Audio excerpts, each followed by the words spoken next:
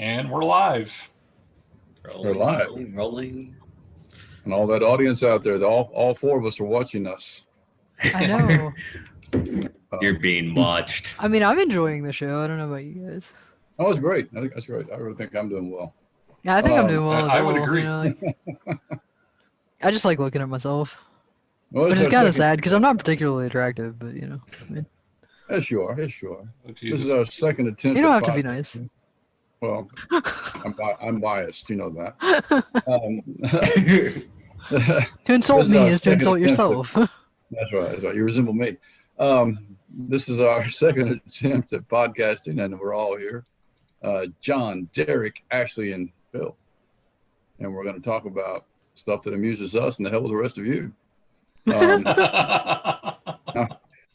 And mostly it's just common sense, it's current events, and Donald Trump sucks. For I another mean, that's 54 days. unanimous. For another 54 days. He's got time to start a war with Iran. I think he's well on his way to do that. We sent the Nimitz to the Persian Gulf today. He's taking credit for the death of a nuclear scientist, whether he did it or not, because he does shit like that. He wants to start a war based upon something that happened in 1980, ended in 1981, and ignore entirely that he's sucking up to the Saudis who perpetrated 9/11. I think you're giving him too much credit. I think he's just trying to do as much damage as possible. I think he's pissed off. I think he wants revenge, and I think he's gonna try to get it because he has no self-control. I think you're right. So, my whole theory on that. Am I coming through? Yes. Yeah, Okay. you're good. My whole theory on that is so like as of right now, he's been in office for 4 years. No war has been started in that 4 years. That has been the one thing on where like I can agree with the right on is that, hey, we haven't started any wars. I'm like, it's been the first 4 years though. But I feel like he is purposely trying to push, like he's pushing us right to the brink of war so that whenever Biden takes in that it's inevitable that we are going to go to war because Biden was for the war on Iraq and whatnot.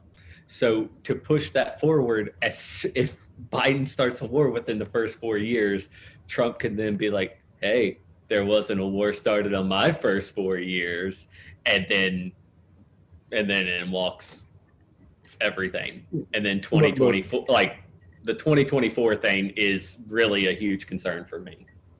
I think you're right, but I also think that his foreign policy has been without any type of agenda at all, and he did anything and everything, including appeasement.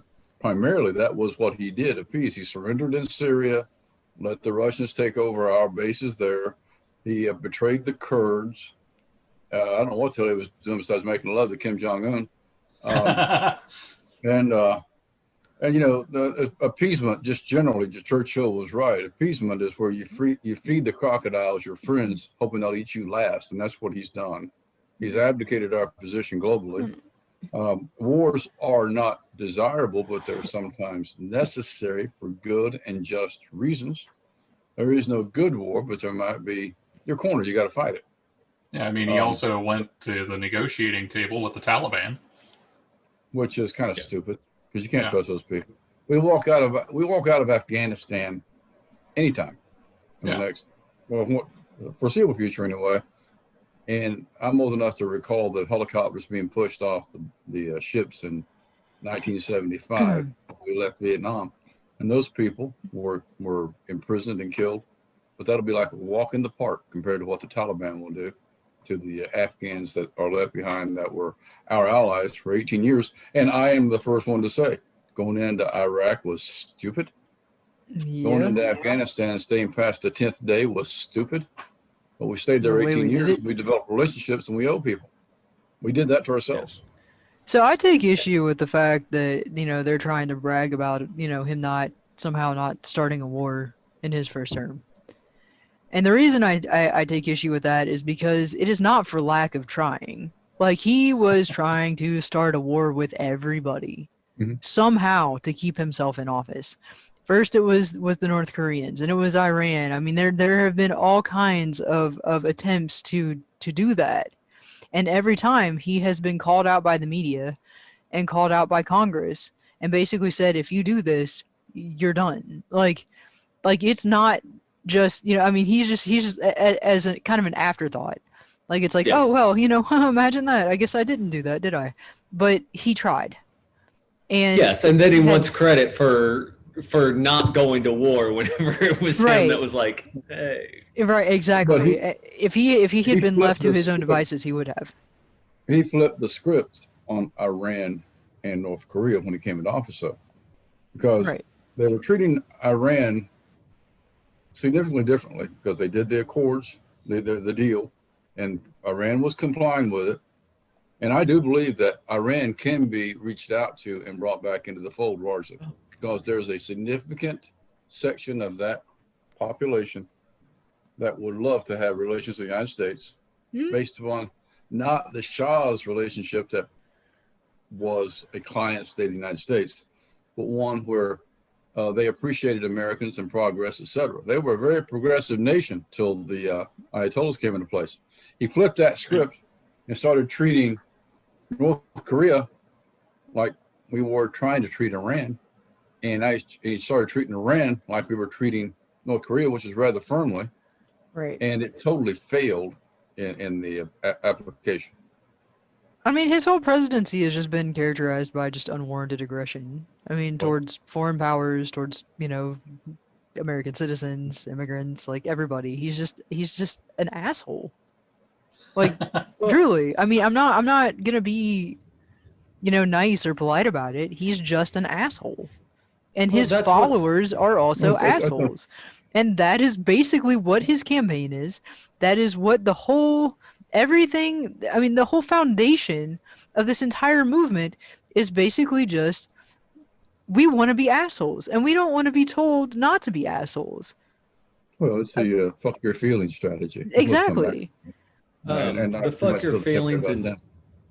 along with like and that goes back to the whole like strongman thing as to why like we're like this is kind of going towards the whole fascism reign just because we are looking specifically at like as to what I'm saying is that this is why we are saying that he is a fascist. Like Right. Any time on where like he's just a straight up asshole, like we're like, hey, like dude, you can't do that. You can't just sit there and strong arm your way into every single aspect. That's goes against what our whole system is based off of. Like you can't just like you can't just do that. Like there's steps to it. And then you can't sit there and say like, hey, I did this whenever it's not even through the courts yet. It's like you got to wait for shit to go through the courts in order to say that it's a thing.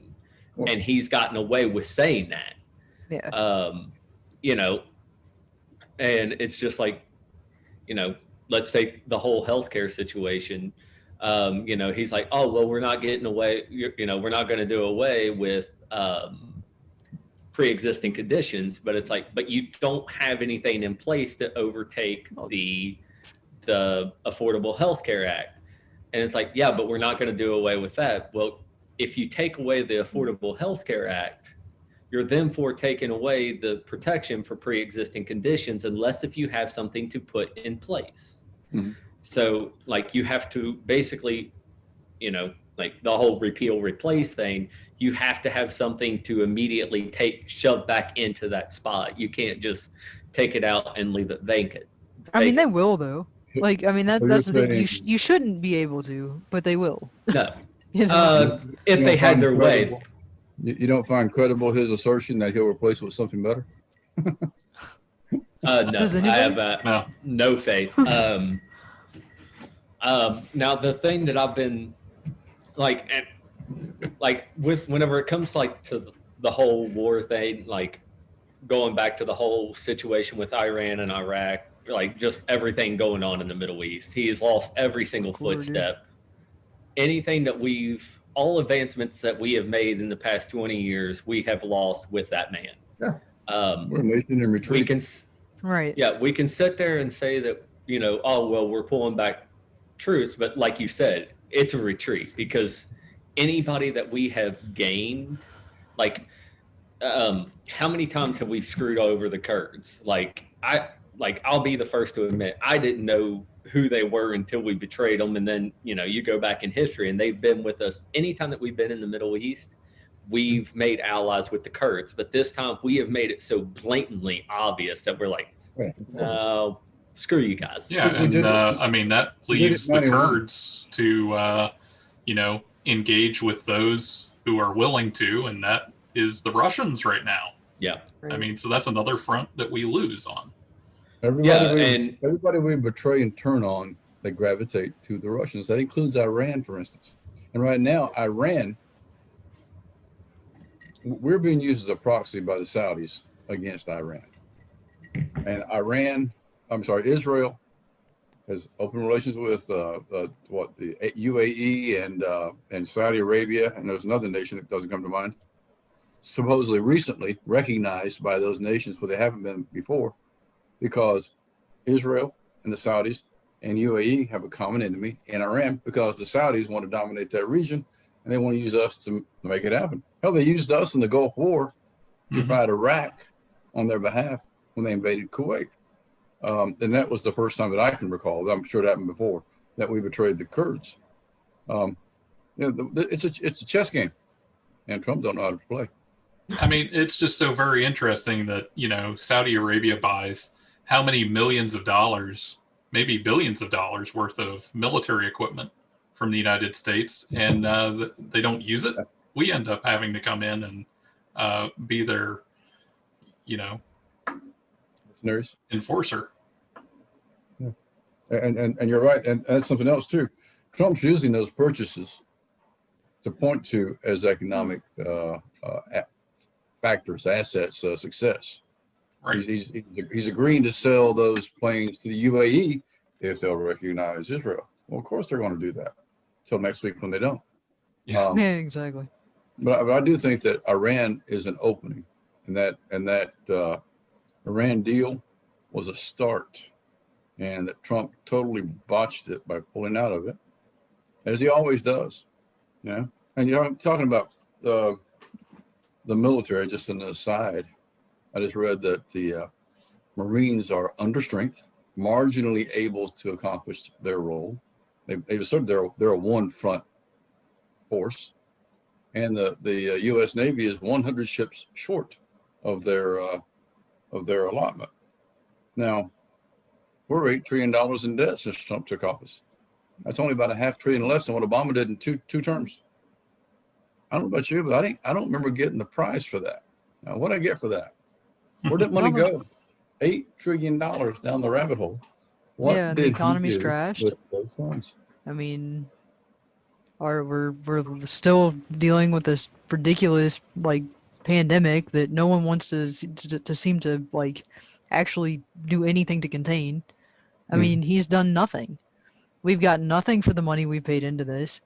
All we've been told as individuals, as people on the ground, are, we're lazy for being unemployed, or we're, somehow not worthy of the bailouts that the corporations are getting, But we pay How's for that it, stimulus? Yeah, yeah. The stock market hit 30,000. Stock market hit 30,000.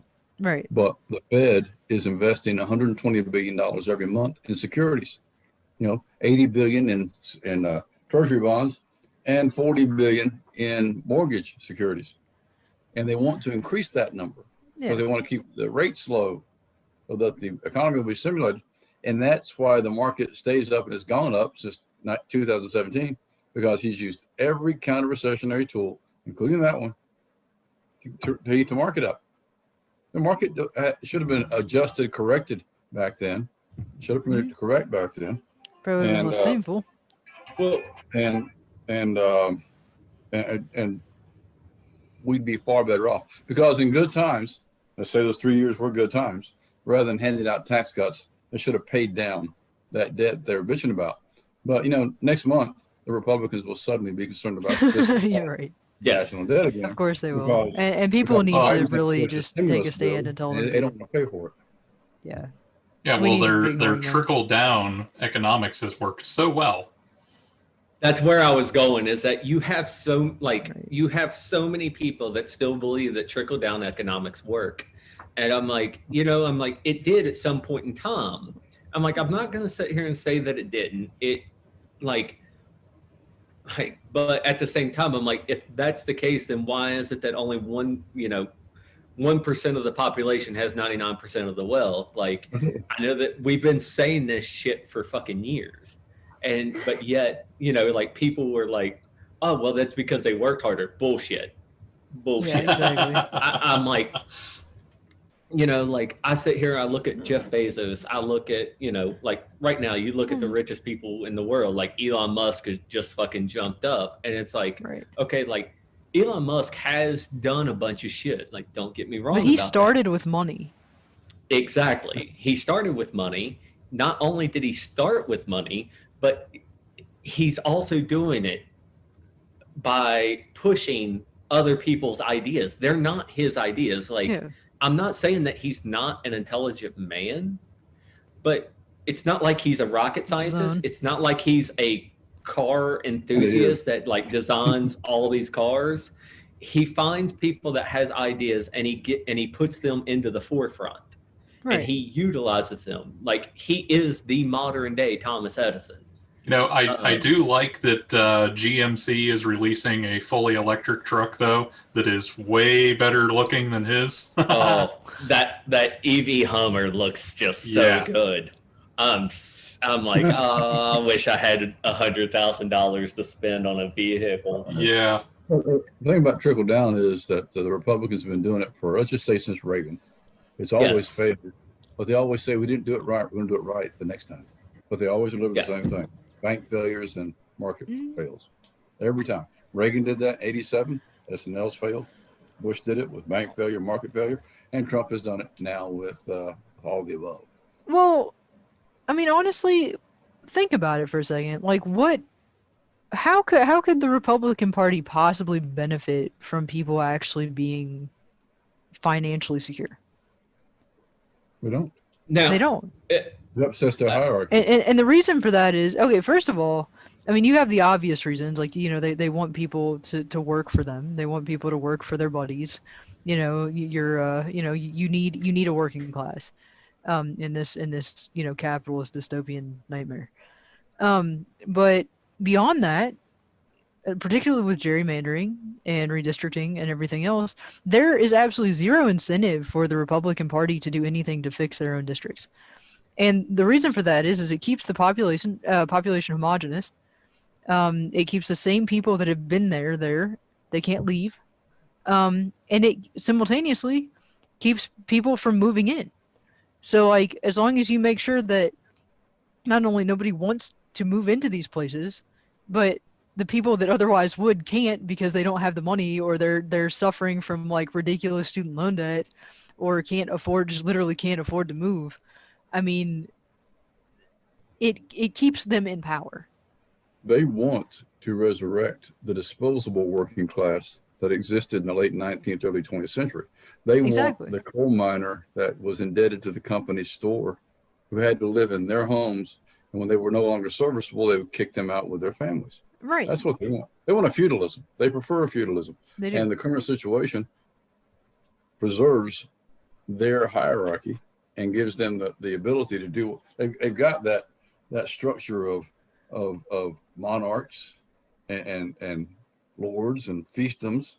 And when you have three people who own something's happening here, guys. Something's flashed across. yeah, it's all right. Right. We've been Well, anyway, upgraded. yeah, there you go. But they want I didn't see it. that preserves their position in society, and we threaten it by asking for something else. And they benefit from dividing us by everything: ethnicity, gender, sexual orientation, Oh, religion. They absolutely. benefit from it. Whereas if people would discard some of that bullshit, we'd be a lot better off. I mean, it's just one giant union busting campaign, except the union is literally just the people of the United States. It is Well, the union. It's very interesting that, in recent time, I've witnessed a company paying their employees bonuses in company money that they can only use at the company store for company products. I mean, how is that right? And it was a union company. But the union was weak. Yeah, but still, it's happening. Oh yeah, absolutely. Well, and that's why people have lost their faith in unions. Like, Well, and right to work hasn't helped, and that's a good well, part of that that. hasn't helped. But like at the same time, it's like, okay, well, we pay our unions. Like, I'm a union worker. I give my union, X amount of many dollars every week. Right. But whenever you have people inside that union that make decisions, making like backdoor deals, whether it's to get somebody else extra on or whether it's to move this shift around, like all that stuff comes with a price. Right. And like we've been having people complain about like this and that. Now, like honest to God, like I'm just like, you know what, as long as I get my paycheck, as long as I do, as long as I get what I'm deserved, I really don't care. Like I'm going to abide by the rules. I'm going to do what I can. And that's it. But like, it's also people like me that is also part of the problem because we see shit like this, but it's like, okay, well, what do I do with this? Like, okay, I take it to the union and it's like, okay, well, whatever the union's like, well, we're not only getting paid by you all, but we're also, we also have to make deals with for the company as well. Like we're supposed to be the middleman here. Like we have to find that happy medium. But can you not get involved with your union? I mean, can you? I could. I could, and I've been debating on that.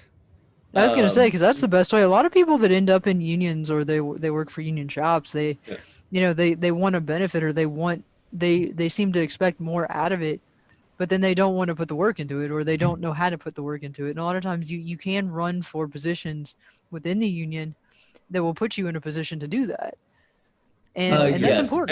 And we had you have true believers and you have people that will take advantage.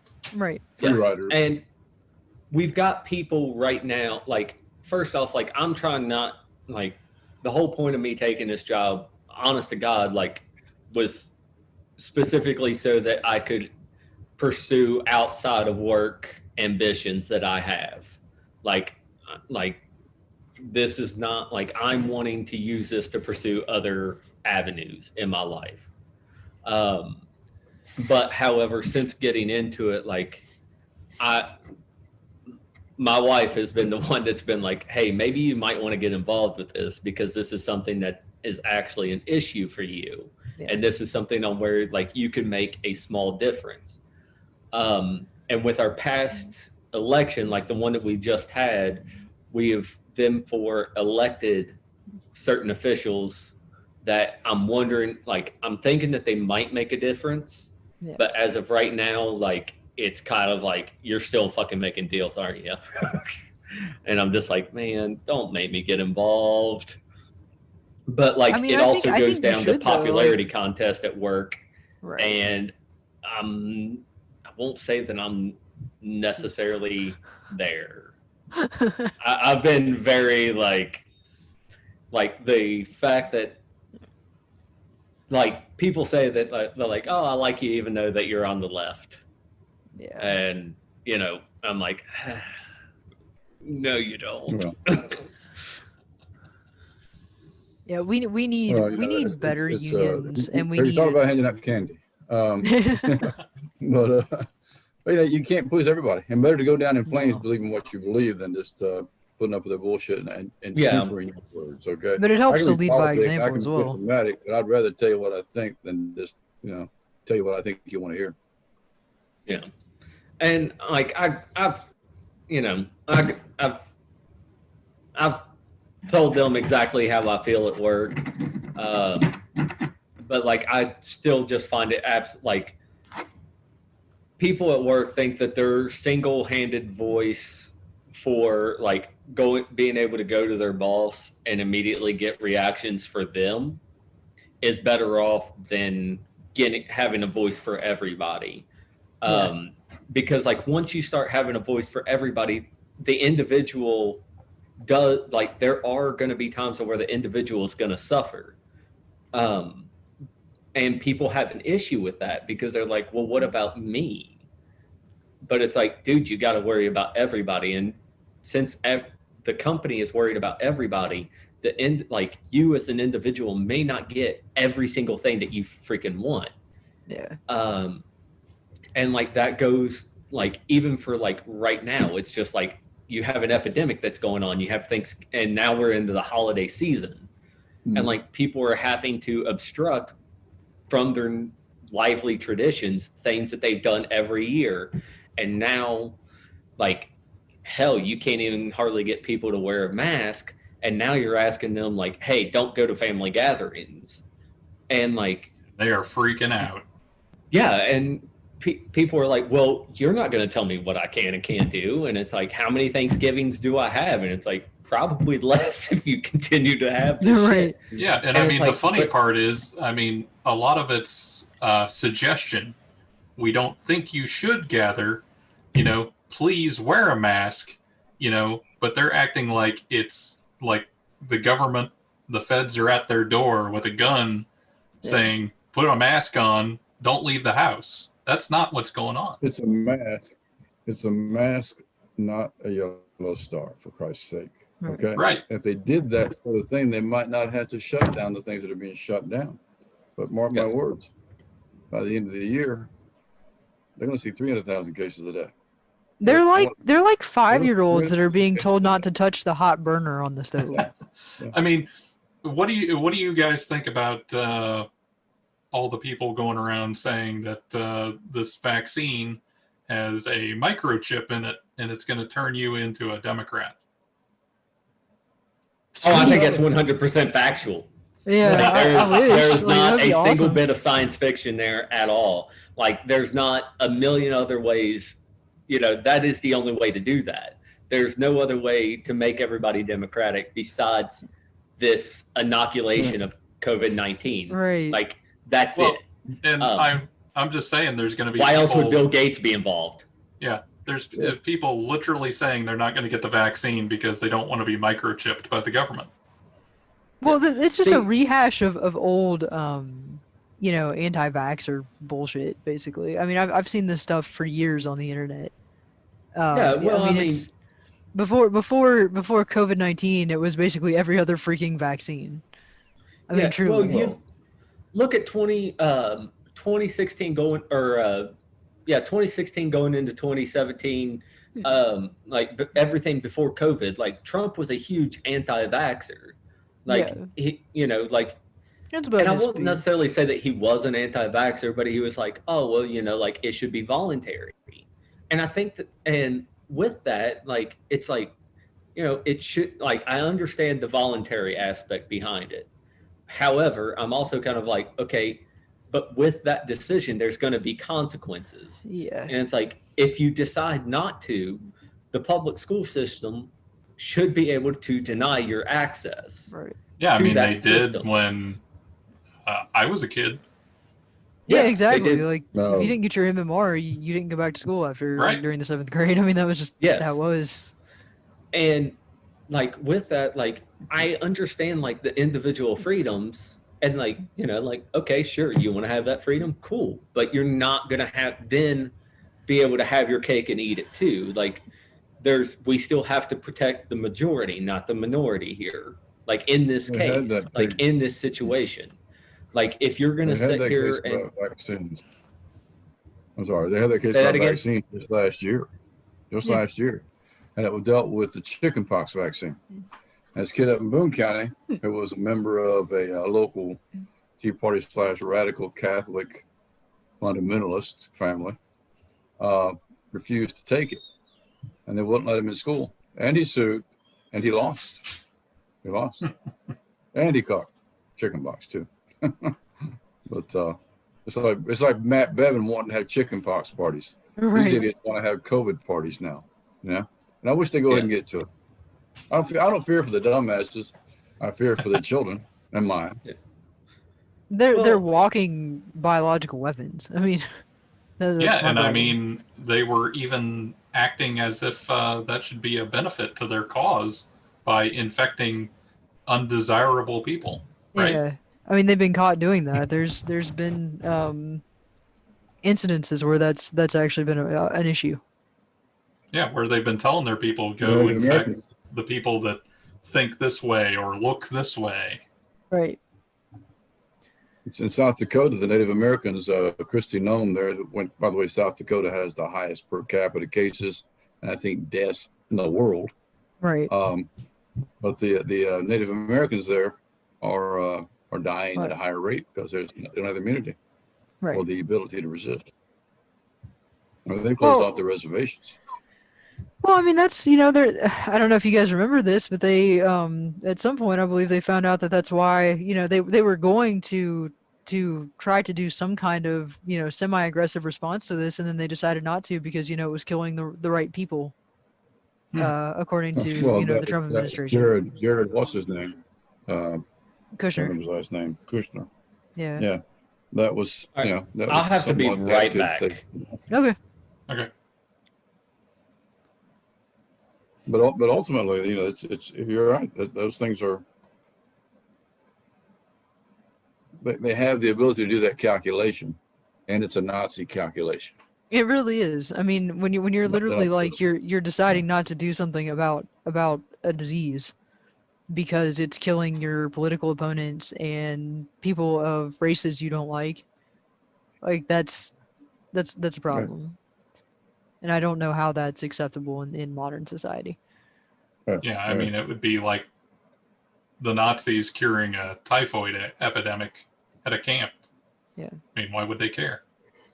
I mean, honestly, like, well, and that's the thing. People don't understand, with the Nazis. Like a lot of the people that died in the camps didn't die because the Nazis outright, directly like murdered them. They died of disease. Typhus. Typhus is spread by what? Lice. Yeah. I mean, how many people? Like, so many people died of typhus. Do you think they gave a Frank shit? died. No. Yeah, And Frank exactly. died of typhus. I'm kind of curious as to what So- we're going to find in these immigrant camps, if anything, once What? Trump's out of office. I want to know what's going on in the immigrant camps. And I want to know. I'd like once to he's see what. out,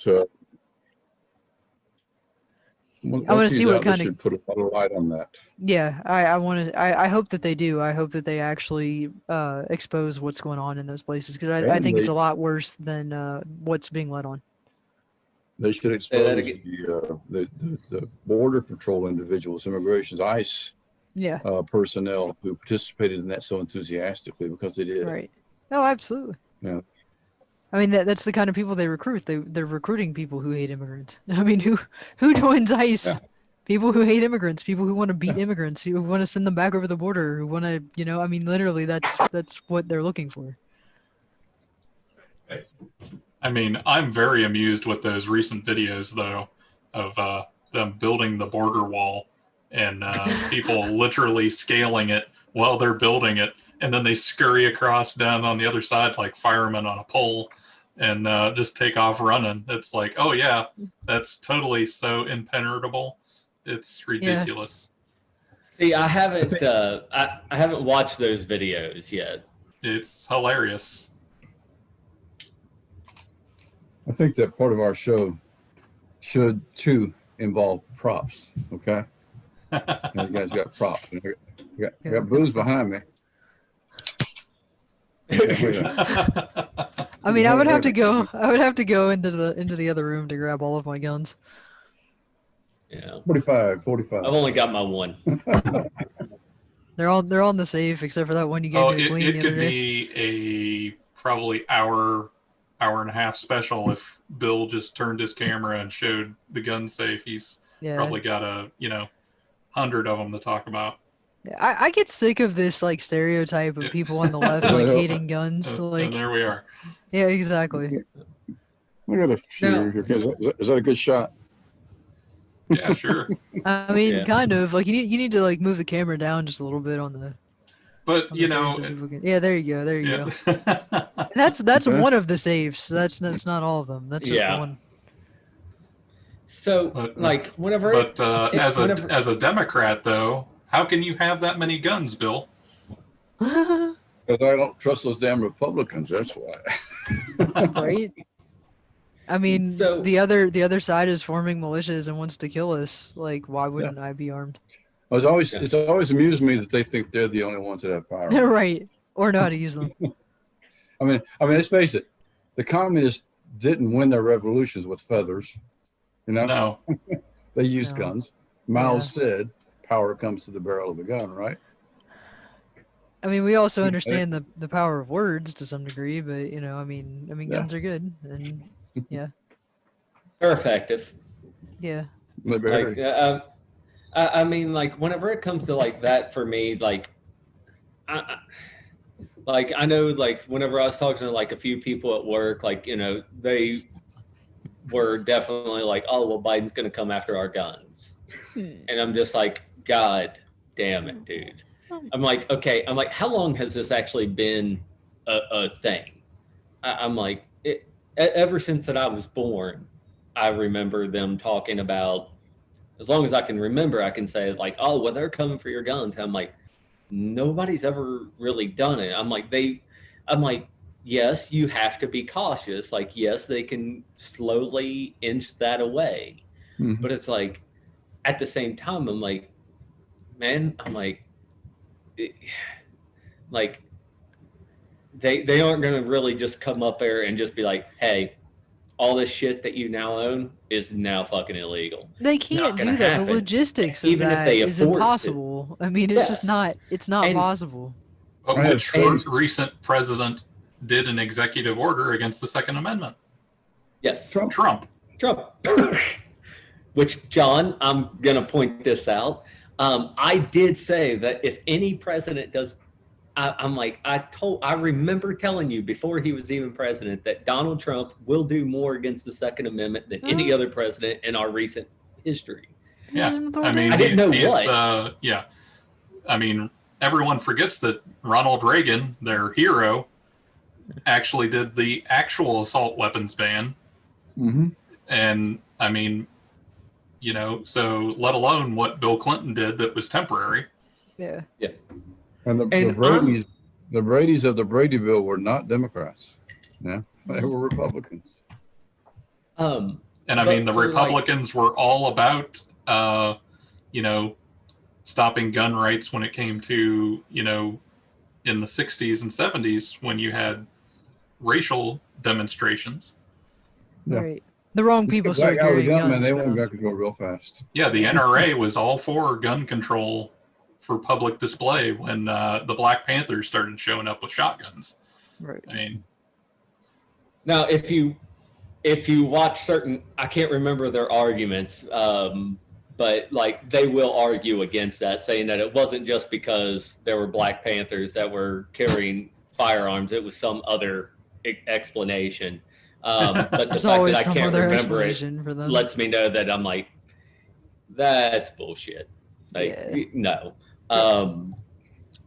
Like I believe in, like, I don't really believe in coincidences that much.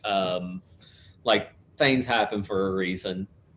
You may not know them at that point in time, but they do. Right. I mean, if I go I out don't for a know. walk by myself, like I carry just because I don't trust the people around here. I mean, to be honest, and you shouldn't. no. Yeah. I mean, Like- I lived in the, basically in the city. I worked in the city, and I feel less safe by myself in a rural area than I did in the city.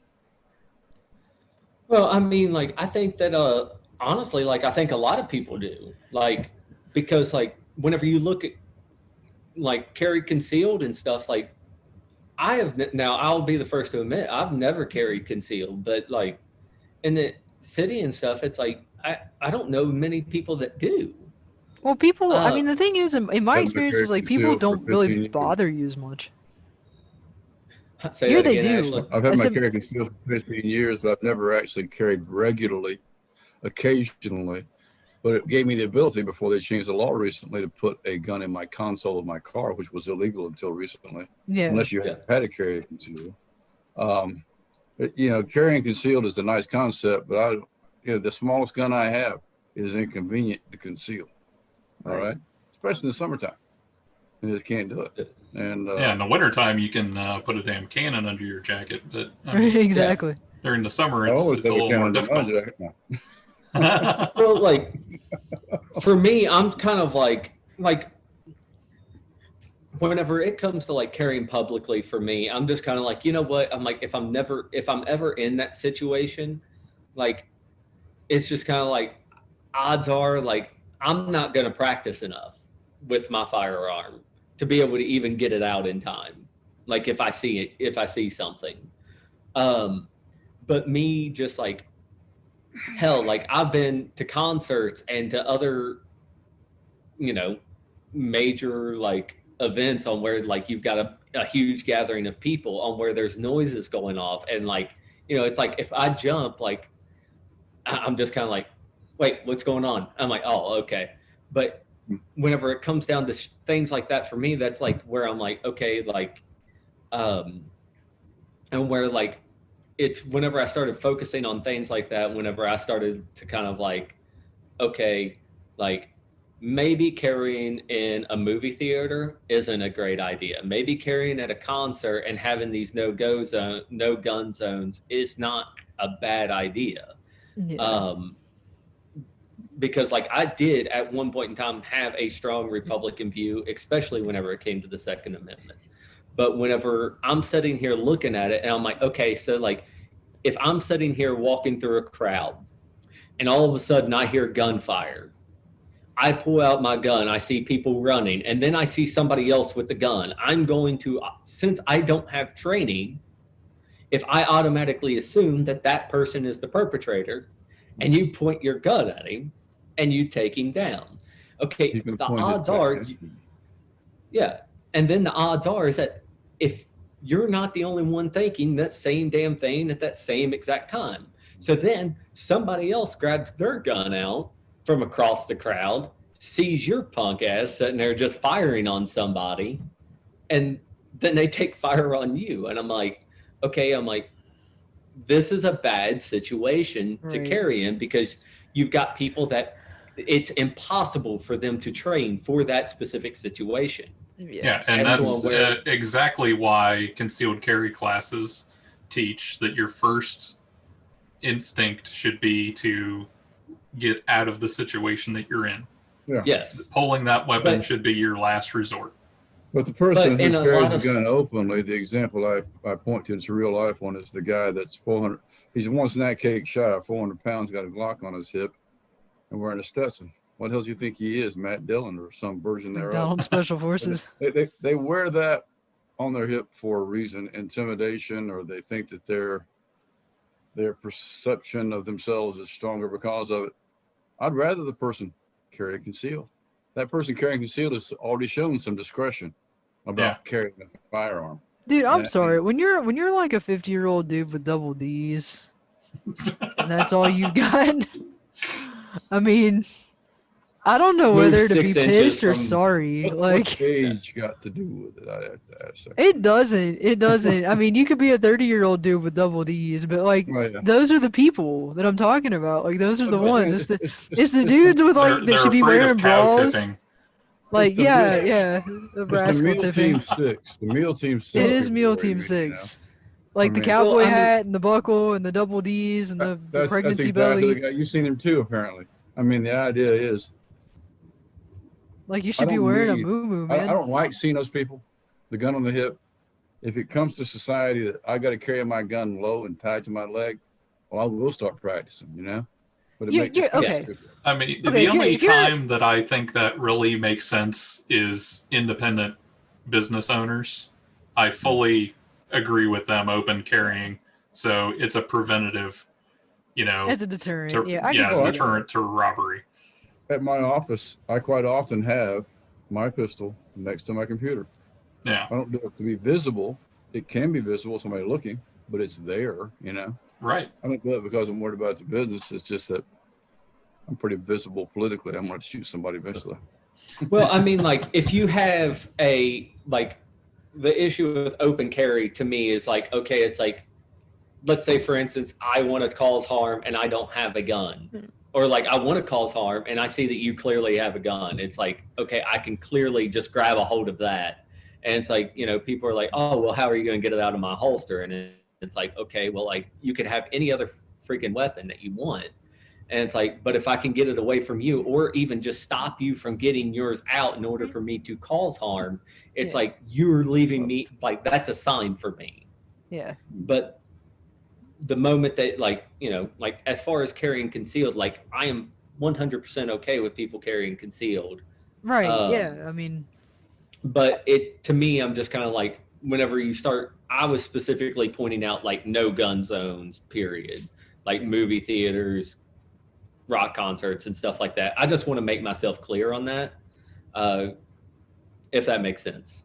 Well, I'm not contrary to gun regulation. I think gun regulation is a fine idea. The idea that gun owners are against gun regulation, I don't want some crazy son of a bitch having a gun. You know? Yes. I think that person with a propensity to violence should be denied a firearm. I think kids should be denied firearms. If you are open carrying in a public place and you're not carrying that gun somewhere where you're going to shoot it, like the range or like, you know, a piece of property that you might have or that you might have access to shoot it, you're a fucking dumbass.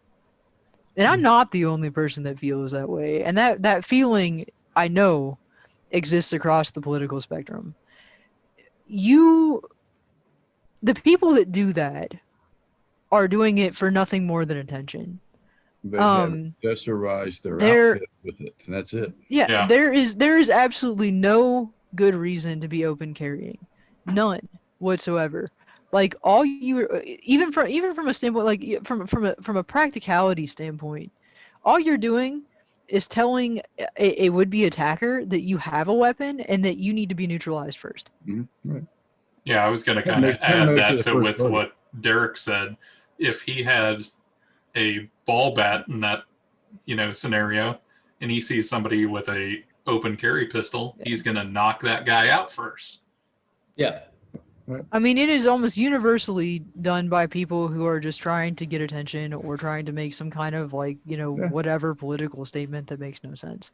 If you're gonna carry concealed, that's fine. I'm good with that. Like I have my own CCW. I carry concealed. I know plenty of people who do. It's not a problem. Like that's fine. At least you have to take a class. At least you know, you have to kind of know what you're doing to get that license. Like I have known so many gun owners, they go out and they buy a gun, they have no clue how to use it, and then they freaking shoot a hole in their ceiling. Because they don't know what they're doing. The chubby guy at Walmart with the Glock on his hip is wearing it because he thinks it looks good with his outfit. Okay, right. Period. It's a purse. Because he's accessorized, he thinks that completes his self-image picture of himself. Truth of the matter is, it makes him look kind of stupid and a little bit dangerous. Not because he's righteously dangerous, just that he's recklessly dangerous. Right, exactly. Maybe it draws attention from him being a giant fat ass. Well, I was actually going to go piggyback on what John just said. I was actually going to say, to me, it makes me feel as if you are insecure with yourself. Yeah. Like anytime that I see somebody like, you know, whether you're carrying, like open carrying, you know, like, let's just say walking about, period. If I see you walking about carrying a concealed weapon on where, like, let's say, for instance, like a small population, I'm like, okay, so like, are you really like, first off, I'm like, you're either A, you're scared, or B, you're just insecure with yourself. And like Bill says, like you're completing your outfit. And by completing your outfit, like you have to be wearing that in order to make yourself feel like a man. Right. And like I have my issues with that, and I like, for instance, like me, like my number one concern, like if anything like that ever happens, I'm like, I want to take myself out of this situation as quickly as humanly possible. Like I want to protect my wife, get me and her out of that situation safely. And me having a gun, to me, that's not the easiest way for me to get out. Well, my question is this. my question is this, and this is probably one for Dad. So, you know, we've had all these mass shootings in various public places over the years, including places like theaters and Walmarts.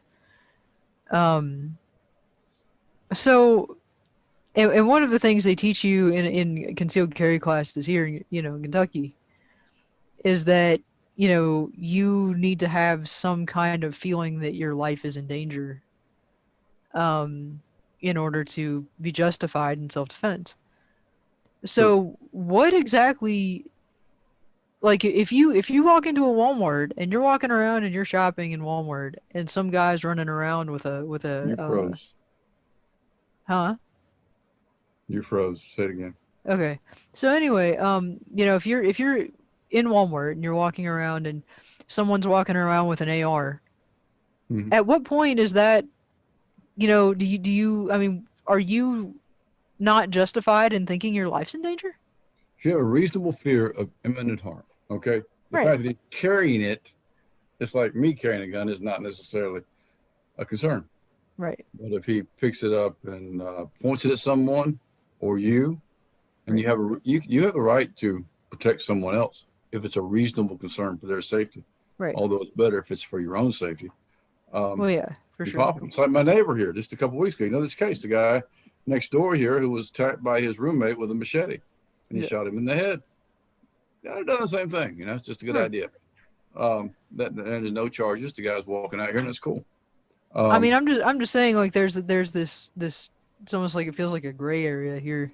you have to have a especially like I s- reasonable concern of Yeah. imminent harm to you, an imminent threat to your safety Right. and well-being. Well, And- that's kind of my example is like, at what, that's a very subjective, It can be, idea. be demonstrated by words. I'm going to shoot you, right, or by pointing the gun at you, right, or maybe an escalated aggression incidents where the guy becomes aggressive, got the gun pointed down. But as he becomes louder, you become more concerned.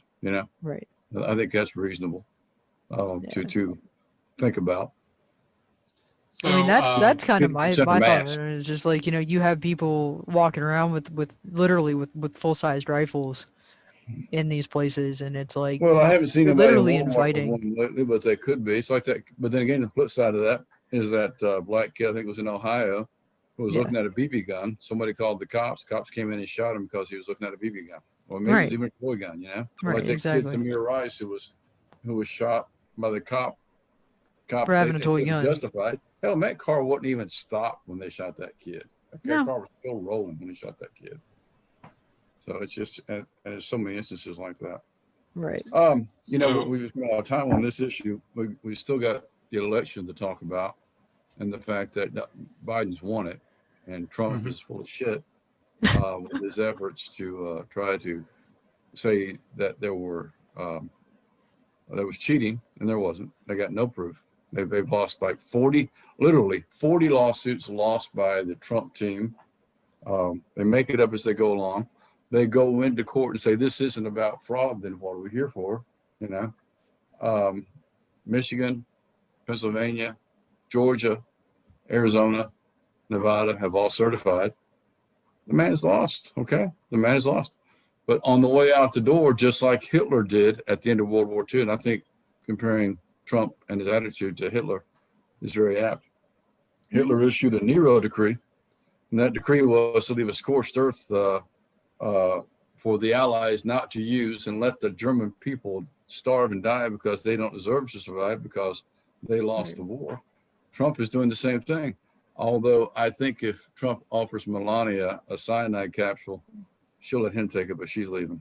She's not pissed on him out the door. But- yeah, Yes. yeah, Well, I mean, it was beautifully summed up the night, or maybe it was the next day of the election where Trump was like, "We had a wonderful party planned, and they ruined it."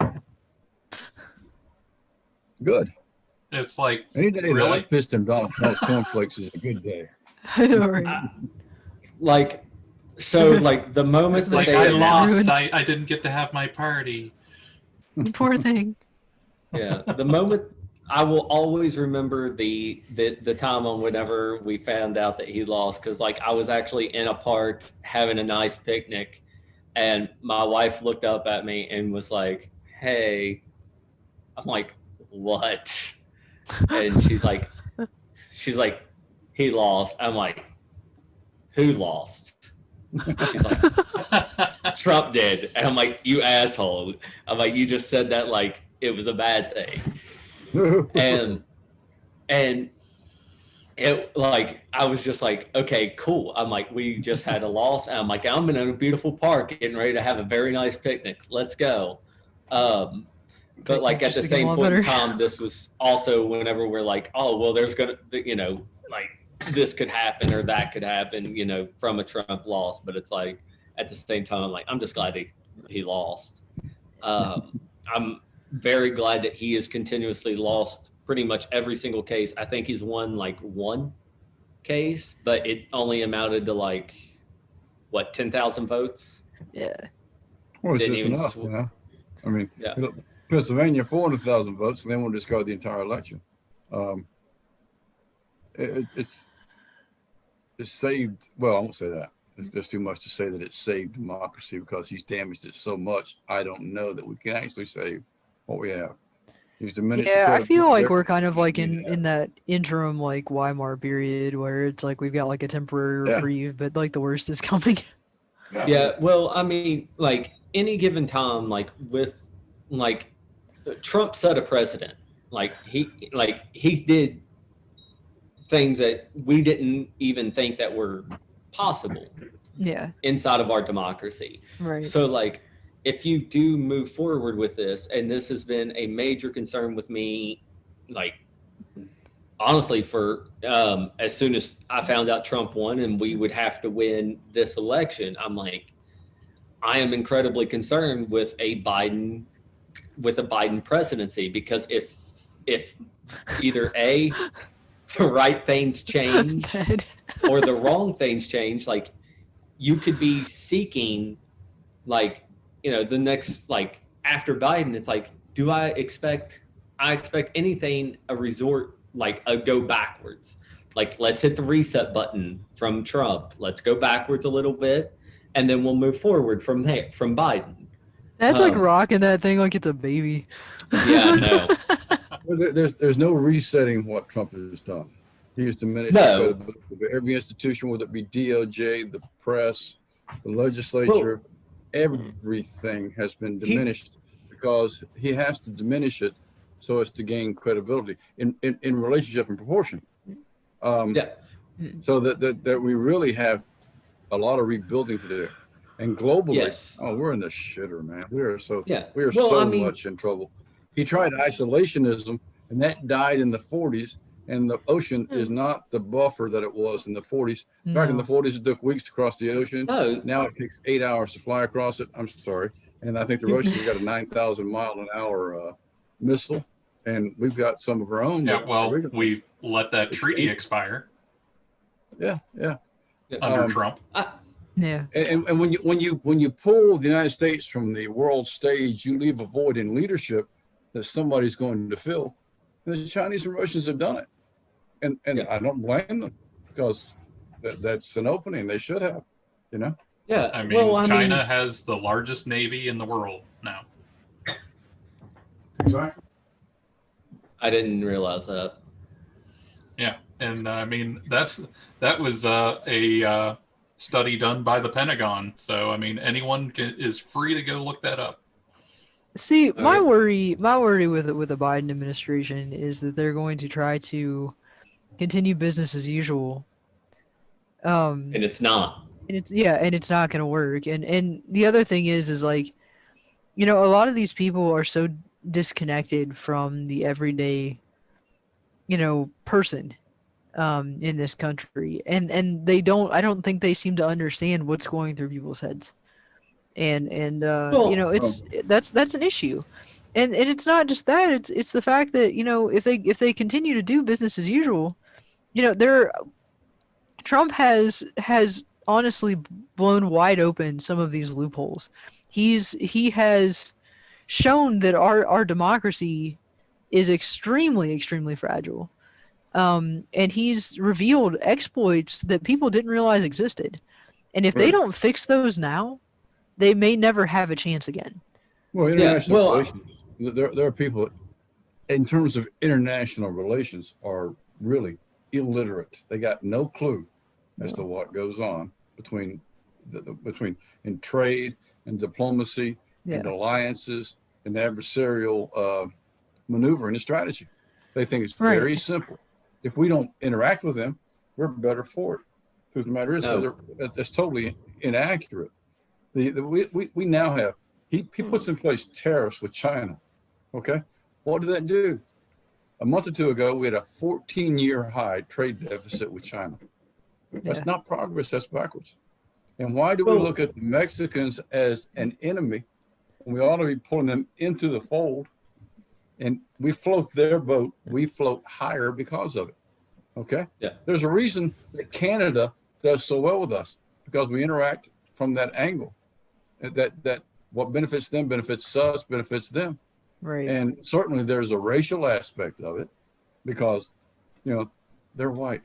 And those guys down south, they're really American Indian largely, with a few Well, it's white also families. resources. Like, Yeah. I mean, like, look at the resources that Canada has compared to Mexico. Like, Mexico, it's almost purely a labor force. Like, there's like not, like, there's not much there on where you turn around. You look at Drugs. Canada, you've Yeah. got. But like when you We'll look go at Canada, tacos. you have metal. You have we ship how many cars there? Like They build cars in Mexico, though. yes, well, that's what I'm saying, but that's labor force. Like you Well, yeah, have yeah.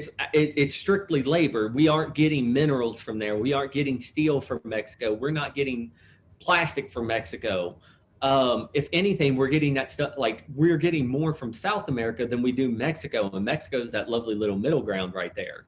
Well, the on other where, thing like- too is like with immigrants and even illegal immigrants, don't they affect the census? Well, but they do to some degree. They do count in the census, even though they Right. can't vote. At least they did to this year. There never been an issue before, but there is now.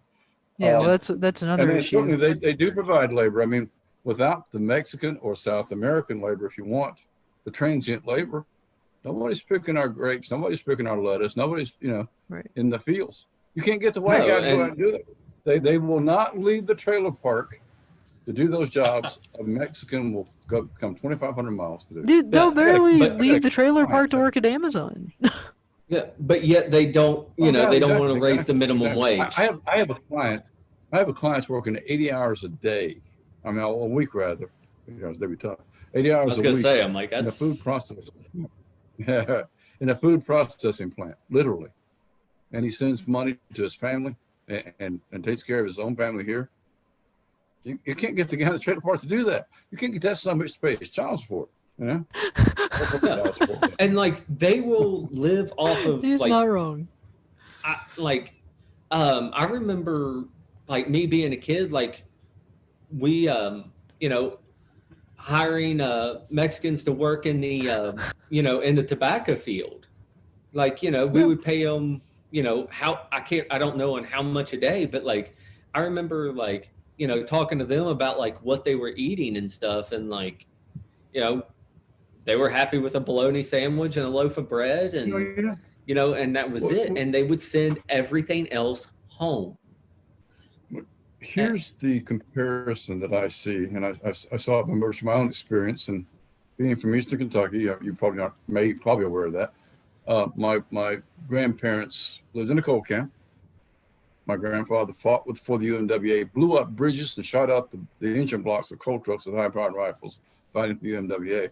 But the real thing was that they worked hard. They lived in a home that was 2 bedrooms, no indoor plumbing, had a stove that was fired, it was coal fired to cook and heat with. And not one of them was more than 5'7". And they just illustrated that kind of outlook and working hard and survival. Now, flash forward just a few years ago, I had a client come in, kid got busted in Crittenden for like 100 pounds of marijuana. Police frowned upon that. He's in jail. His family comes to my office, and I got a mother, and the father and 3 siblings. It was like looking at my grandparents and my mother's siblings, looking at me. Those people, man, they work hard.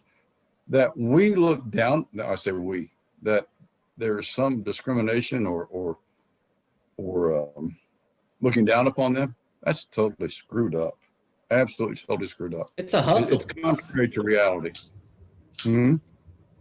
I said that's a hustle. Like I mean, like whenever you start looking at like, you know, people like that, like people looking down on people that, you know, that sell weed, it's like it's a hustle. Like regardless, like it's still a job. But like, man, like whenever you can make more doing that than you can, you know, literally working your ass off. Like, but like it's like one's safety, one's not, one's given, one's not. Like, well, that wasn't my point. I mean, my concern was that these people were just like any other family member concerned about their kid in jail.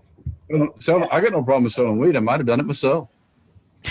Yeah, well, like it's just kind of like, allegedly, you know, like everybody has their family. Like everybody has their family, and it's just like I have, like whenever it comes down to that, I'm just like I may have jumped the gun there, but like I'm just kind of like like let it go. Like whenever it comes to the drug war, I'm just like just fucking let it go.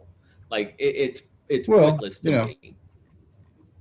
The war, I saw a meme, and I've seen it before, but I saw it again. They reminded me. The war on terror just brought more terrorists. The war on drugs just brought more drugs. If we fight a war against money, maybe we'll get more money. Well, and everything's so arbitrary. It's all arbitrary. It's all like, you know, I mean, we're fighting this war on drugs because certain people don't like certain substances or have a problem with certain substances. And you know, it's the same thing with terrorism. It's like terrorism the way that terrorism is defined in general is just basically, you know, whoever's in power decides who the terrorist is and who the terrorist isn't. You know what I'm saying? Like, and it's gotten worse in the last 20-30 years. I mean, now that you've got these you know, unlawful combatants and things like that, like we're hitting a point where we have politicians who are claiming that state actors are unlawful combatants. So where do you draw the line? The war on drugs is the extension of prohibition.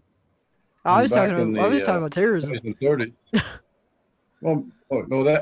Terrorism is funded by drugs and other illegal activities. Of course. Well, like I remember when was the last time there was a drive-by shooting because of bathtub gin? Not since gin became legal, you know. Right, exactly. And those people that would promote a war on a terror war, how many? I mean, hell, the Taliban sells heroin. They sell poppies, you know. Heroin's from poppies. In the Vietnam War, they sell heroin and marijuana. Yep. You know, a lot of guys came back from that war with monkey on their back. And even if you extrapolate it to some degree, the legal drug was nicotine in World War II. And the tobacco companies would include small packs of cigarettes with every ration, you know, their ration packs. Right. And that's how much of them came back addicted to tobacco, you know. And, it still kill people. Well, the other problem is that we have completely ineffective ways of getting these people clean. And what are they supposed to do when they get clean? Well, the people that get clean, okay, talk about clean. What they need to start talking about is how many people function who use these illegal substances, just like alcohol. How many functioning alcoholics are there? I might be one. I mean, I drink every day, pretty much, you know, in a recreational manner. I don't have to have it. I'll tell you that. But the point being, people function. Yeah. But they paint people with a broad brush, such that if you use marijuana, let's use heroin. Well, you're an addict. You're going to prison for 1 to 5 years because possession of controlled substance is a D felony, right? That's a broad brush. When 12 million people in this nation use heroin annually, 1 million use it daily, and they're not catching 1/10 of those people.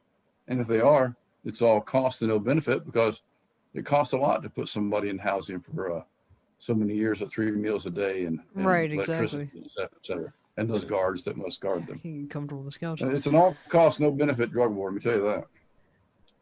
Well, like for me, like whenever it comes to like the whole like overall like drug use to me, I'm just kind of like you had brought up like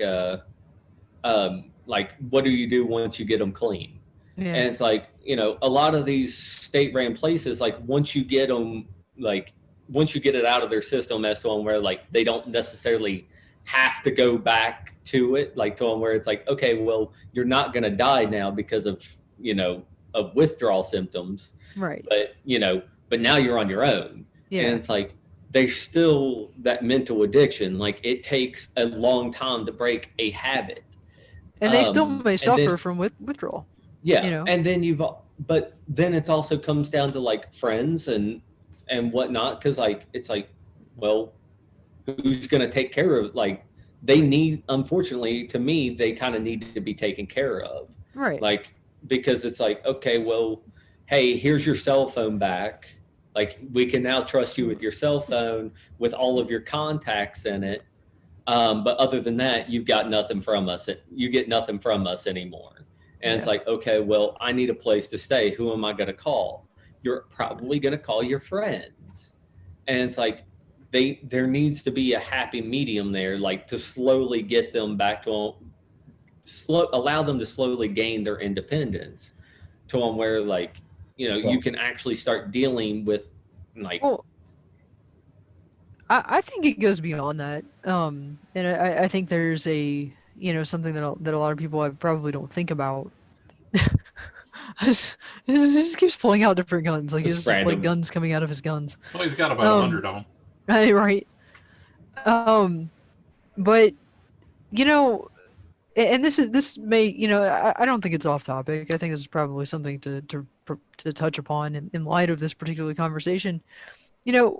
We are very much focused on opportunities for children in this country, in places where that's a thing. What about adults? Once you hit 18, what is there for you to do, especially in a place like this? Good luck finding beyond like bare minimum, like in terms of like organized sports, social clubs, places where you can partake in hobbies that don't exactly. You need money to do those things, and a lot of people don't have the money to do that, and there's no facilities for that. And like that right there, especially in rural areas, there is a reason why Walmarts are like the most popular place to hang out in like every rural area in freaking America, because there's nothing to do. Yeah. I used to go to bars on Saturday night. Now I find myself in Walmart. It's kind of scary. But what is there to do but get drunk and high in these places? Well, yeah, the truth of the matter is, some of that is because, including the Walmart aspect of it, we're clinging to the past and not embracing the future. For instance, AI and robots are going to give a lot of people a lot more free time, but they can't afford the free time unless they got the job the AI and robots are doing. Right. And really, that's where capitalism becomes obsolete, because we don't need it anymore. The things that we want can be provided through AI and robots and other technological advances. We're doing this. My God, a cousin of mine was in the Vietnam War, and just today he was talking about how at Thanksgiving he enjoyed these Zoom meetings of family, and he recalled that it took a month to get a letter between here and Vietnam. Right. I got a Australian friend. I can call him up right now. He talks funny. I can call him up right now and talk to him. Whereas that was just totally out of line. I had a girlfriend back in the 90s. You met her, Ashley. She went to Guatemala for the summer. I talked to her. It cost me all kinds of money when she was in Guatemala. It was just very expensive. Now it's nothing. And when I go to Europe, I use the app associated with Facebook if I want to. I can also use my Verizon for that matter. It's nothing, absolutely Right. nothing to communicate. That's just one example. There are so many things that we ought to be embracing, but there are people that think that well, if you get that for quote unquote free, and it's not truly free, Yeah. you're a sloth. That's Yeah, bullshit. we have That's these It advanced, is. you know? It's we advanced. have these ideologies and these outmoded ideas and traditions and ways of thinking that make no sense with the current environment. Like this idea that, you know, again, once you hit 18, you should just be satisfied with being a drone. Yeah. Like Yeah. your one function in Well, life is to work, But and you yet should be we fine with have- that. And- we could, you know, the 40-hour work week is a benefit of the union environment, but truly, Right. based upon the advances of technology, certainly those people that own businesses don't have to pay labor quite as much, so they make more money. But that Yeah. leaves those people who might be those quote unquote drones workers Right. out in the cold. Truly, Right. a working person ought to be able to make a lot of money, a sufficient amount of money on 20 hours a week.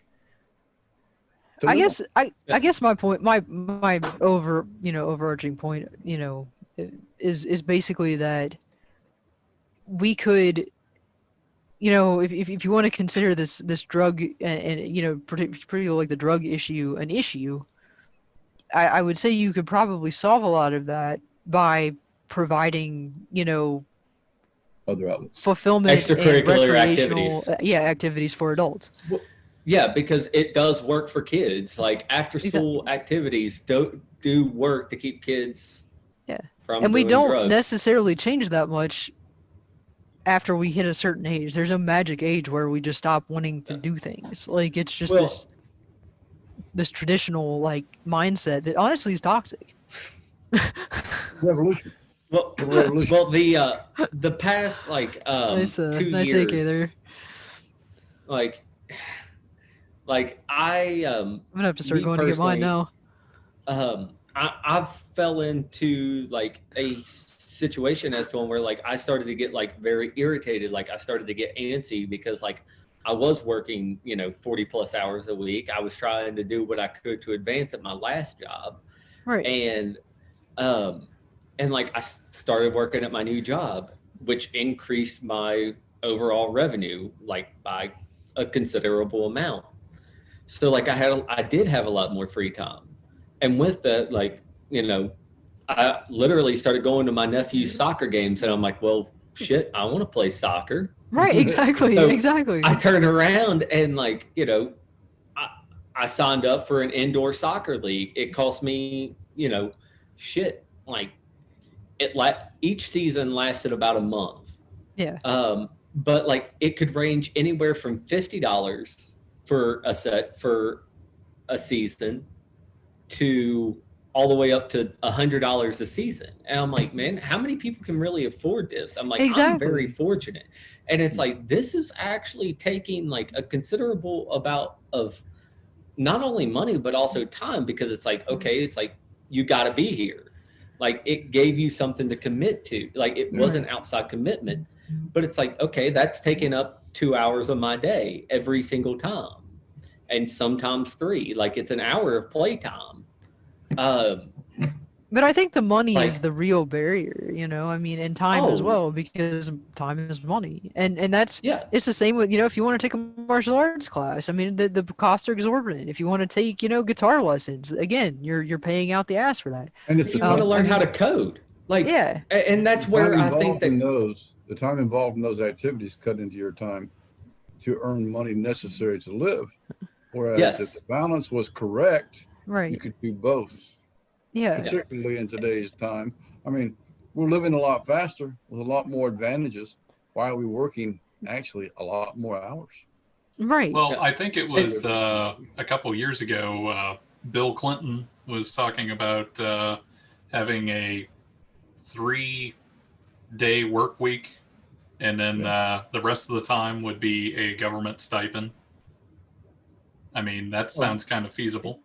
Andrew Yang's base income, which makes sense because base income means you're paying your bills circulating the revenue that is circulating revenue is like blood circulation. You got to have that pressure to be healthy. And if you don't, Right. you're in trouble. That's why I have a real problem with them bailing out banks at the top and Right. not doing something for those of us who are paying mortgages. Right. They're giving money to hoarders. They're giving money to people that already got money. They don't need Yeah, more. and then that are keeping it. Like they're not. It's not re-entering the economy. Yeah, Sure. well, wasn't the purpose of capitalism boom and bust, where you have big companies that can no longer function, so they break up, and then you have new people that form new, smaller companies that fill the void. Yeah, it's supposed to be a cycle, basically. But they're preventing that cycle from occurring. Yeah. Well, I mean, like if you can pay the money to keep things the way that they are, it's, you know, by all means. Yeah. And like that, there's an issue with that. And, you know, like, you know, I'm going to bring up the whole tax situation. Like people at my work are like, oh, you know, going back to the whole trickle down thing. I'm like, guys, that works, but I'm like in the right system. And it only works temporarily. Like it's a Exactly. temporary fix. Exactly. And I think that whenever it comes to taxes, like everything works temporarily whenever it comes to systems like this. You don't always need the same amount of money going to the same issue all the time. Yeah. And I'm just kind of like, okay, it's like you got 99% of the, you know, Earth's wealth in 1% of the population's hands. It's like, how do you get that back down? You do that with taxes. And it's like, you know, it's like you look at our current infrastructure, like you look at our roads, you look at our bridges, you look at all this shit, and it's like you're fucked. You look at the public buildings that are out there, like it takes money to fix that shit. And it's like, just because you're making the same amount of money, like, okay, it's like, okay, the more that you have a larger population, but you're taking a smaller percentage of taxes. And it's like, you're not considering the extra wear and tear to deal with that extra population. So No. the same amount of money doesn't fix it. How Well, it's many not just times that. They have just you want to tried- farm it how out many times have you to tried private to industry. save a nickel and spent a dollar? Okay, because time is money. You really screw yourself by trying to save a nickel. It costs you more to spend it than it does to save. Example: I don't know if you talked about the Brent Spencer Bridge before. The Brent Spencer Bridge, a thorn in the side of everybody. If you're going to Covington for some reason, you're going to hit Fort Mitchell and sit in that I-75 parking lot until you get through the cut in the hill. Are you talking about right now? Like, or are you Well, right talking now, about before this right now it's situation? really screwed up, I know. But I mean before. But in 2003, to build or expand that bridge would have cost $500 million. There's a story in the Cincinnati Enquirer that says that. When I ran for Congress in 2012, it was $2 billion. So in 7 years, or actually 9 years, the price increased that much. Right now, 8 years later, it's $3 billion. Time is money. You've got to invest in the infrastructure. And I-75, my God, it's like a dirt road. The potholes, the vibration. I traded my car recently. I had a Durango. It vibrated. I thought it was my car. I got a new Durango. I still got vibration. I think it's the road. You know, that's what's going on here. That we don't pay attention to infrastructure. We should. And they're not going to do anything until the damn thing collapses with people on it. And then they'll Right. probably just be like, here, you know, we'll have some private company fix it, and then we'll sell it off to some private company so they can Well, they can charge for it. They've talked about that PPP, private-public partnership aspect of it. Yeah. Truth of the matter is they ought to do tolls, and they ought to keep it from impacting the locals.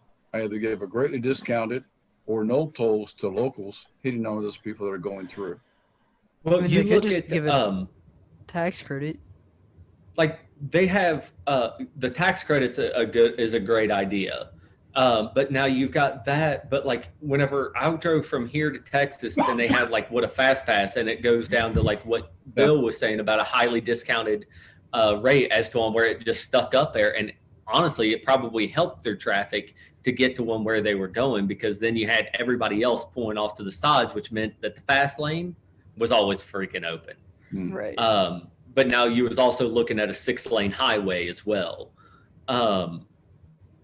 But like, I like the tolls, like I'm just like, okay, that makes more sense. And I would much rather do it now before it does collapse. And you look Yeah, at no the shit. United Yeah. States history, it is cheaper to wait for it to finally collapse than it is just to replace it. Right. Like, Well, and I'm sure because- that's probably what they're thinking. Well, I mean, Well, then they and do these get to people have build no it in souls. the exact same place. yes. Well, it's like roads. The highways here. I go to Europe. The speed limit's 100 miles an hour plus. The roads are smooth. They don't have potholes. They last forever. Here, the road contractors build their roads so they will deteriorate, so they get another job later on. Yeah, well, in Yeah, certain that- countries, you know, in Europe, they have public transportation, and they actually have do that give you too, tax and people credits use- for transportation costs Right, because, you know, that's right. socialism, Well- dirty socialism. And Horrible, like isn't it? you want to look at the situation, like talking about the Brent Spence Bridge, you want to look at the situation that's going on right stinking now. Oh, Like, like they're putting millions, if not billions of dollars into repairing that bridge right now. And it's like, wait, why are we doing this? Like clearly, like somebody ended up with a wreck and that on the top, I think it was the top part of it, correct? And then there that was a fire. I think it was this bottom side. 'Cause I think it was Oh, under. was it? Okay. But- See, I but thought the fire was on the top, which melted the road underneath, which then affected the bottom part. I may be wrong. I thought it was the other way around, but regardless, It might be. If I was Regardless, going it's to create affecting a both terror lanes. event- if I were going to create a terror event that's going to disrupt the economy in this nation, I'd drop a couple of these overpasses on I-75. Yeah, Yeah. like You bottle those people up, man. You really, or any other interstate, you know. You want to send, Well, you want I'm- to send all that commerce traffic up 25, Right. two-lane highway. That's going to be a bitch. I mean, it's a literal national security risk, and the Republicans love to tout national security and their record on national security. It's like, I'm sorry, what? Like Well, maybe like that's where they literally, we take have the so money many from. freaking holes. The so many interstates are holes supposed to in be an national intersta- security. A national security asset, you know, replace the land Well- and take off. That's what the Autobahn was. That's what the interstates are. Yeah. I mean, like not even just like bridges, but like let's look at our water system. Like, you Oh know, God. like we have absolutely no problem. And like you look at our current administration, it's like, oh no, dump your coal excrement right into those streams. And Oh it's yeah. like there were some aspects of it on where I'm like, okay, like I can understand this, like, you know, like small ponds, but it's like you all are talking about streams. Like you're Mhm. talking about things that are the only source for wildlife to drink out of.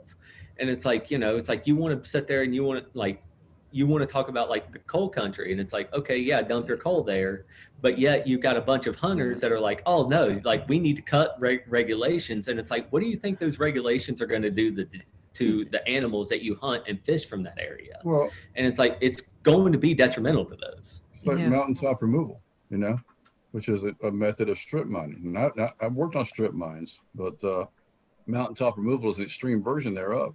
What do they do with the fill? Well, they fill stream beds. 20 years ago, when I was studying the issue, they had filled 600 miles of stream beds. Keep in mind, Eastern Kentucky, Letcher County, where I'm from, that's the headwaters of the Kentucky River. That's where it starts at Bad Branch Falls. What? Comes down to the Ohio through Kentucky. It's a very short-sighted view of the environment that we have, humans have. Yeah.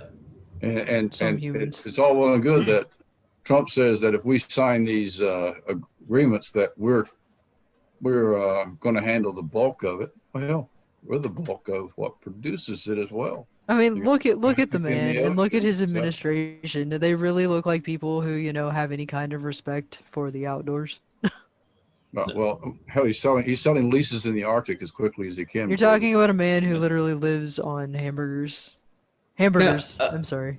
the fast food aspect. I got you. Yes. Now, Bill, I got a question for you. Now, you said that you did research into the whole strip mining and the creek filling in the creek beds. Mhm. Now, like I understand that, like, you know, like my family has creek beds, and I know that sounds as weird as it is, but like, you know, water does run through them regardless, especially when it rains. Yeah. Now, I'm kind of interested in your aspect of as to on how much you actually research that because I'm kind of curious. Like, okay, like we've been having issues with sinkholes, like in the past like couple of years, like a massive increase. So like creek beds are usually there. Like the creeks are still usually there. The creek is just flowing underneath the ground and at a much slower rate. So like, have you seen any research as to like on like that shit like causing sinkholes or anything? Like just out of curiosity. Not really. I would just theorize that such activity disrupts the nature so as to cause those sinkholes to occur. Just like in Florida. Florida's on an aquifer of fresh water. And the constant draining or utilization of that water as aquifers has created more sinkholes. It's just the activity causes, as a consequence. Okay. I just didn't know about that situation because, like, whenever you think about on how long strip mining has been going on, I like that was just kind of my thought of it, or maybe even like backups of it. I didn't like. I just had no idea. Strip mining is about 60 years old, maybe 70. Started in only that late 50s. Strip mining started in the late 50s, early 60s. Oh, I thought it started earlier than that.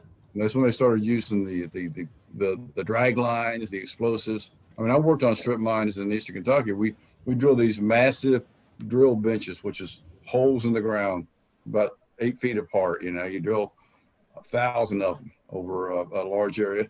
Then you cycle your shots such that if you got a bench and it's say I'm the edge of it and go backwards, okay, you'd start your shot sequence in the front so as to push the ground out where there is no ground, and the ground behind it same way. And you just take it down that way. And that debris got to go somewhere. There's a lot of flattened mountaintops out there, not just because of mountaintop removal, but reshaped because of the activity. Right. But that's, you know, short term and long term, that's going to have an impact. Like the creek that Ashley knows, this creek that we live on there on Sand Lake. That water's red for a reason, because the deep mines leach the chemicals out, and the iron gets in the creek, you know. And we before we had public water out there, we would drill a well, and we'd suck that water up with a pump, and it still had that iron in it. I mean, hell, if I'd had white hair back then, all that iron, I'd have had red hair. It literally would dye your hair. I mean, it was bad. That's insane. You couldn't drink it. I never had to deal with that. Now, like I had to deal with like cistern water and like, you know, the water growing stagnant in the stinking cistern. But other than that, I never really ran into that. Yeah. We had iron and sulfur in the water. And iron and sulfur will provide a taste to the water. So my brother and our family moved to Virginia, Northern Virginia in the early 60s. And we didn't like the water. Why? Doesn't taste right. Didn't have any taste to it, you know? Got to have something to grab onto. But there's various things in the water that you get used to. The iron, the sulfur, my aunt and uncle had a well that, for whatever reason, they tapped into a vein of salt. Even I couldn't stand that crap.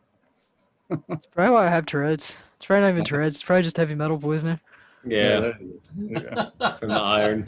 But there's also a reason. The consequence is this: by virtue of the economy, Eastern Kentuckians and the poor diet they have, they suffer obesity and diabetes, and they like to smoke, so it's COPD. And the chemicals in the water also create cancer-causing substances, such that there's a cancer cluster in Eastern Kentucky. And of course, you got always that great joy of black lung if you work in the mines. Right. Yeah. That goes with poverty.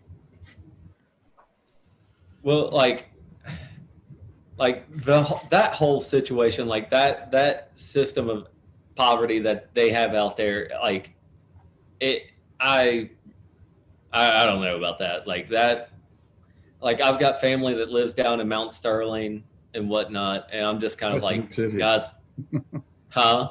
That's the big city. Yeah, and I'm like, guys, how do you all make money out here? Like, I've been looking for like houses / land, like, and John's been helping me every now and then. Yeah. But like we were looking at land down there, and like, yeah, you can buy it dirt cheap, but it's like, what are you gonna do? It's a long way to work. You know, you've you know, like whenever I go down to the gorge, there's Mhm. one guy. I've been going down to the gorge for, you know, the past like 4 or 5 years, and there's the same guy at the same corner selling firewood for $5 a bundle.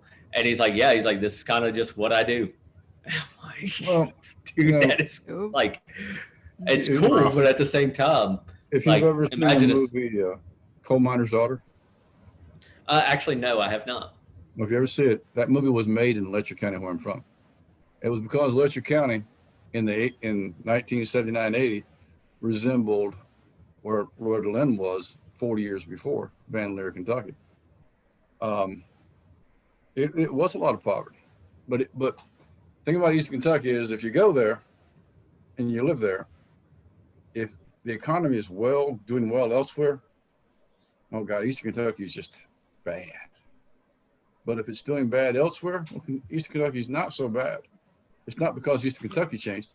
It's just because relative everywhere else, it never changes. It never changes. truly. When I was a kid, we moved from Virginia down to Florida in 1969.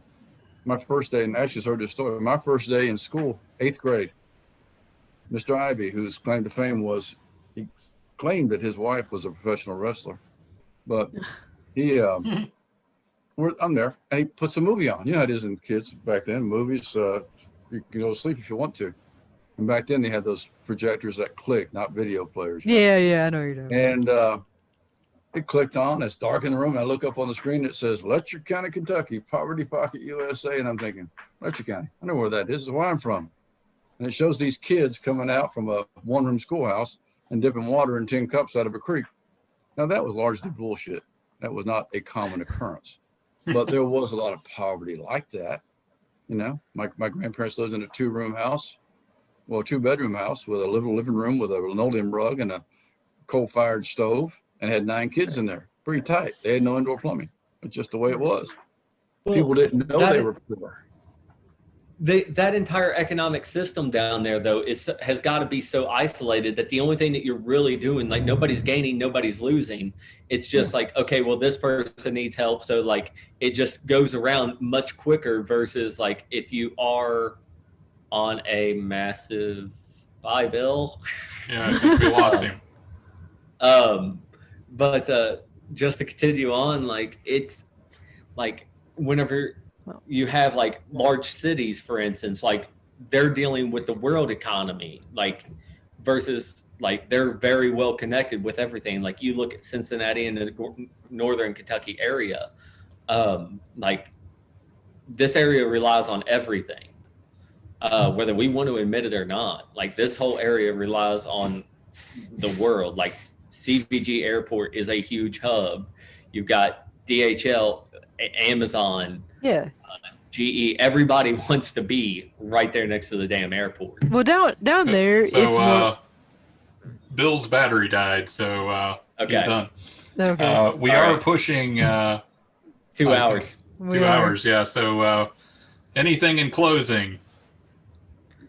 Other than no, I don't.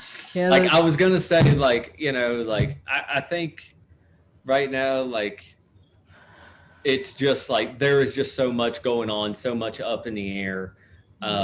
Like the only thing that we can do is just honestly just sit back and watch. Like even doing anything right now is kind of like it will fall on deaf ears. So, and like, you know, the only thing that we can do is do what we can to stay informed. But if you want to take a break right now would be a good time. Like if it comes to like focusing on politics. Yeah, until January.